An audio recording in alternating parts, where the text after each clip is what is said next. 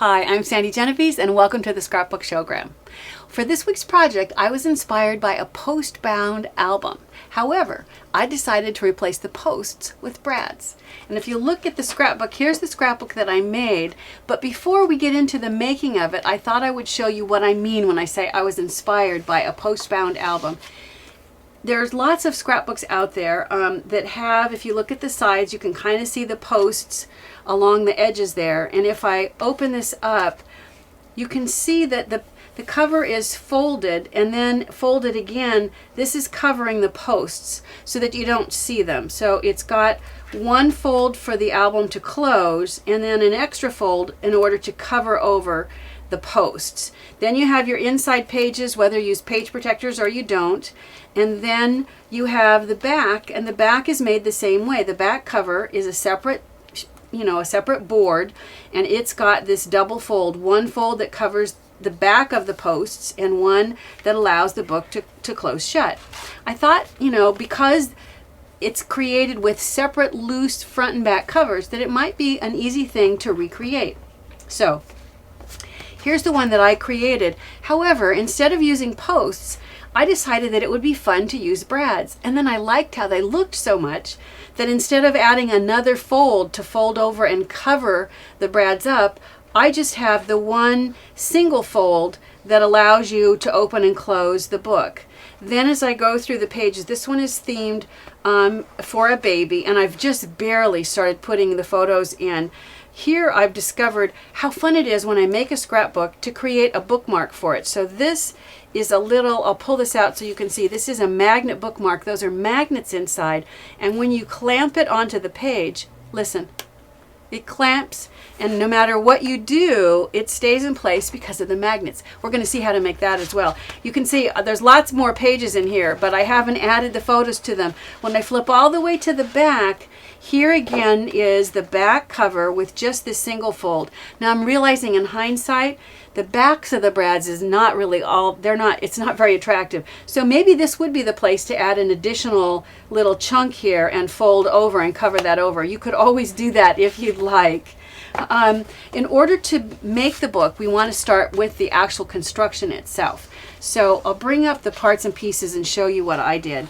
I started first with a front and a back cover, and my paper was 11 inches tall and 8 1/4 inches long, and that was before I did any folding or cutting, and I needed 2 of them for the front and the back cover. What I did is I came in 3/4 of an inch in order to score and fold what would be the front cover, and I did the same thing for what would be the back cover. Now, in order to create the holes, instead of having to measure, I just took an 8.5 by 11 page protector. Because it's 11 inches and my cover is 11 inches, I was able to lay this down and line it up so that the fold mark on the page protector, the stitch seam lines up with my fold mark, and then the bottom and the top line up. And I don't know if you can even see, you can still see my pencil marks where I went back and I used this as a guide to draw where I wanted to place the holes. So once I remove this, I have my placement for 3 holes to punch. Then I went back and I punched the holes out, and I used this as a guide to create the holes that are punched in the back cover. So here is the back cover. Now remember, they're going to close like this, with all the pages are going to sit in here in the middle. So all I need to do is to lay my front cover, align it with my back cover, and go ahead, trace where the holes are that I punched in the front cover, and then punch out the holes in the back cover, and that way you have the front and the back cover holes so they're aligned. Now for the inside pages, the dimensions, you don't have this extra fold that's going to close over. You are going to fold the book open, so we are going to put a crease, but the dimension on the inside pages, once again, it's 11 inches tall, but it's 7 3/8 inches long, and I came in again 3/4 of an inch and have a score line, because once these pages are sitting inside, let's just look at the front cover. Once these pages are sitting inside you're going to line these up and do the same thing. You want to punch the holes on the inside pages so they match. And once this closes, you're going to open all of these pages along this edge. See how it encroaches 3/4 of an inch into your page? That's why you have this seam scored. And I'm going to go ahead, and once we put the book together, once those score lines are there, it's going to be very easy to go back and lightly fold on the scores, so that if I bring my original book, you can see when I open this up, I want my pages to open easily and to lie flat with the next page. So that's why this fold mark is kind of important, or this crease that you're going to fold on all these interior pages as well. Once you've cut out as many pages for the inside as you want, the beauty of making it yourself is you get to decide how many pages you need. We're going to assemble it with the brads. However, I think it's a little bit easier to decorate the cover and to decorate the inside pages while they're loose. So let's look a little bit at some of the decorations first. For this front cover, what I did is I started with, let me bring some stuff up here and show you. I started with 2 layers of paper. I have a black, it's about a 1/2 inch strip of black, and then about a 3/4 inch strip of red. So the one is going to layer on top of the other. However, first I took my white pen and I just started creating a pattern. The beauty of making it yourself is you can really kind of play with what kind of a pattern you want to create. I like experimenting. I mean, you can practice it first if you want, but I kind of like just laying it down. You can add all different shapes, fun dimensions. What I'm playing with here is not even one that I did on my finished one. It's just fun to kind of make it up as you go along. I like to sometimes add a few little dots. Let me bring over my finished one and you'll see what I mean. So you're just starting to play with adding the decoration with just a white pen on black. If you have pattern paper that you like, of course you can just use pattern paper, but it's a little less expensive and sometimes more personal for you to go back and do the decorating yourself. And if you have a white pen and then dark contrasting paper, it's easy enough to do. Once you've created the pattern, I'm going to, let me see if I can do this with tweezers so my hands are out of the way. I'm going to just leave a little red border on both the top and the bottom.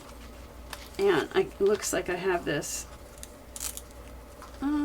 pretty close. So once you have this element ready, then I'm going to go ahead and attach this right onto the cover. I'll bring over my original so that you can see. I don't know exactly how much adhesive to put. I don't know how far it goes, but I like it when it's not exactly in the middle, when it's kind of off center. It doesn't have to be exactly. And I don't want to have to fold over all these thicknesses, so I'm going to fold my cover first, and then I'll go ahead and position this, roughly wherever you want this to go. Go ahead and I'm going to snip off the excess.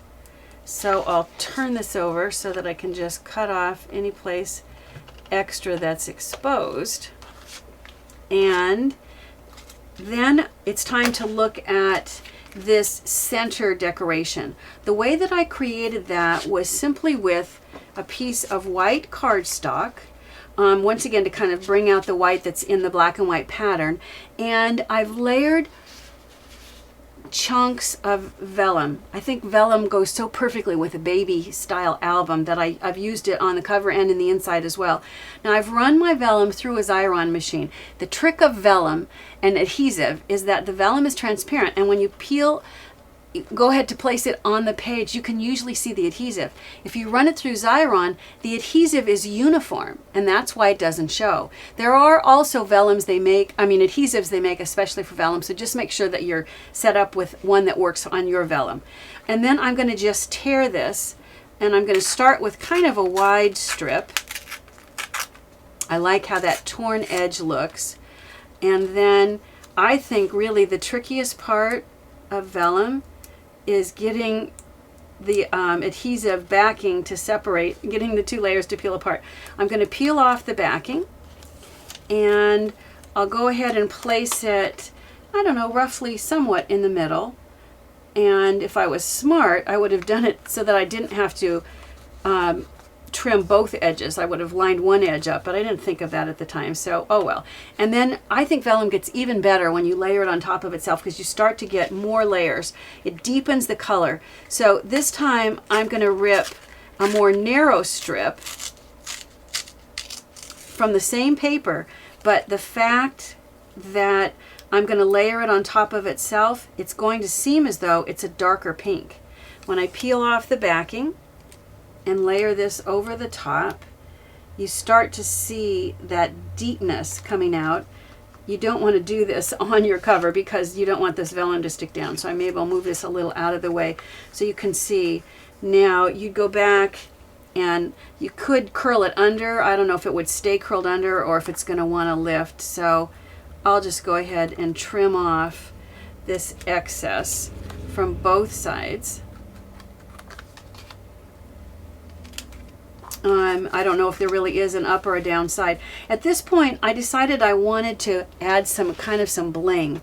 So I found some old stickers I had that were these long strips. I forget what they used to be called, design lines, I think. So I'm going to peel this off, and I'm going to start on one edge, going right over that pink, the vellum, and I'm going to create what will be an X. So I'm going to fasten it down. I'll worry about trimming it more precisely later. And then I'm going to create the other side of the X. Now I mentioned that I'm using a sticker that I've had for a while. If you have a hard time finding anything like this, all you need to do is just find shiny paper and then cut it really narrow. Run it through, either put your adhesive on the back first and then trim it. I think that's easier when you're working with little baby strips like this. I think it might be smarter to turn it over. So I'm now getting the element of this kind of this X look. And then to really highlight what's happening inside, it draws your eye right to where these cross. I'll bring this back and show you. I've simply used two size punches, this little kind of smaller punch and this larger punch, in order to layer these two hearts. And I've used a little foam adhesive to layer on top so that when it's placed right over the intersection of that X, it really gives you that focal point for the cover. And then I added one more little strip. I'll bring up another sticker strip. You'll see this little piece here is what I used in order to create this final element. So the cover actually goes together quickly and easily, and then the whole thing, we'll pretend like mine is all decorated up. And then I'm going to place adhesive. I'll use a little bit of foam adhesive on the back because it will raise it up a little. I like the dimension that it adds. Sometimes I don't like to put too much dimension on the inside because of what it does to the scrapbook in terms of making it bulge.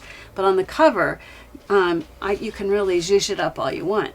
So I'm going to go ahead and position this, and I want to try to get a fairly even border on the left and the right side. And otherwise, I like having a nice big chunk left at the bottom. So when you have it nice and straight and even, you go ahead and fasten that down. Let's look at attaching all the inside pages to this book. Here is the front cover. You do, now that you've got the cover decorated, you want to make sure that you have it right side up. And then I have the interior pages. Here is what will be the back cover, and they're going to attach like so. However, I have to get these pages in the in-between layers, so I'm going to position them, and it's sometimes handy when you're doing this to take something like a paper clip and have it hold your layers. So I'm going to take a brad, and let's see if I can keep all these layers together long enough to poke it through. Oh gosh, here's these, and then these, and let's see if I can go through this one. All right, so there are those three layers, or the layer of the front cover, all the inside pages, and then the back cover. And then I'm going to bring the prongs and flatten them out. And when I bring this back, you can see how it's begun to create what you need in order to hold this book together. If I do the same thing, I don't think I need to do all of these brads, but I'll do just this next one so you can see that it actually goes together easily. There it is, poking out the back side. And I'm going to flatten those out. You would do the same thing with this last, oh, it's right here. Let's just go ahead and do it.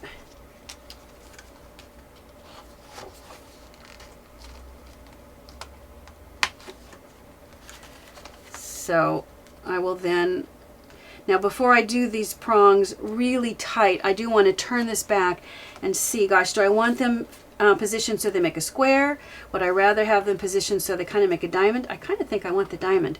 So I'm going to move these into kind of that diamond shape, and then pushing on them on a hard surface like my drafting table is flattening out the prongs on the other end.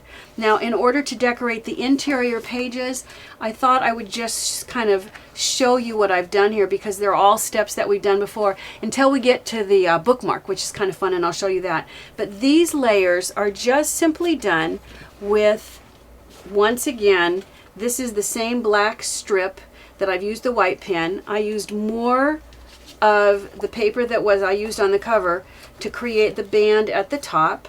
And then these are vellum stickers, and I'll bring those up so that you can see. I basically started with white background textured paper, and then vellum letters that I used to write out baby love. And then if I bring this up and show you, here is the sticker sheet that I used to pull off one of the flowers, and I used a different sheet for this flower. But basically overlapping, can you see how the letters are overlapped in the word baby for baby love? It really heightens the intensity of the color when you overlap them. So I like, with vellum, I like to do that. When you look at this page, remember we talked about the bookmark and how easy it was to mark the page? Let's look at how fun that is to make. What you want to do is you want to start with paper that's folded. You have to have a folded edge. So if your paper is folded before you cut your heart out, notice that it ends up cutting the tips of the heart out. That's what's necessary in order for you to have this folded edge. I didn't like looking at that. So I went back and I took and I cut another heart, and this time, if I can find my adhesive, here it is.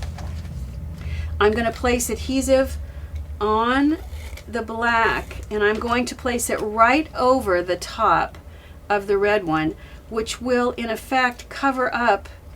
Let me maneuver this so that I have it aligned nicely. If you used a die, it's nice because it will align perfectly. So now those funky tips that were cut off in order to create the folded part of this bookmark are now obscured with the next layer. And then I'm going to add another heart still. I've cut a slightly smaller heart. I'm going to go ahead and put adhesive on it. On my finished one, I think I used a darker shade of red in order to create stripes on here. And then I used the same white pen to go back and add just a dot pattern around the edges. You would do the whole heart that way. But the key to making a magnet bookmark is the magnet. You can get self-adhesive magnet in the hardware store. You can get it in the craft store. This came off of a roll, and if I separate it, you can see that it was off of a strip. It looks like it's about a 1/2 inch wide. And I've got the two magnet sides already together. And then I'm going to just pull off the backing so that the adhesive is exposed. I'll use my tweezers so my hands are out of the way, and I'm going to position this onto the bookmark and fasten it down with both of the magnet layers stuck together. Leaving them stuck, I'm going to then peel off the backing from the top, and then all I have to do is close that over the top and push, and now they'll align perfectly. So I now have a perfect little bookmark that will stick And no matter what, whoever uses this, no matter how much they might try to get that loose and free, it's going to stay there because the magnets are going to clamp and hold it in place. So that all together you have a really cool book. You know, this style of scrapbook, it's easy to make and it's so versatile. It's fun to match the brads to the theme of the book.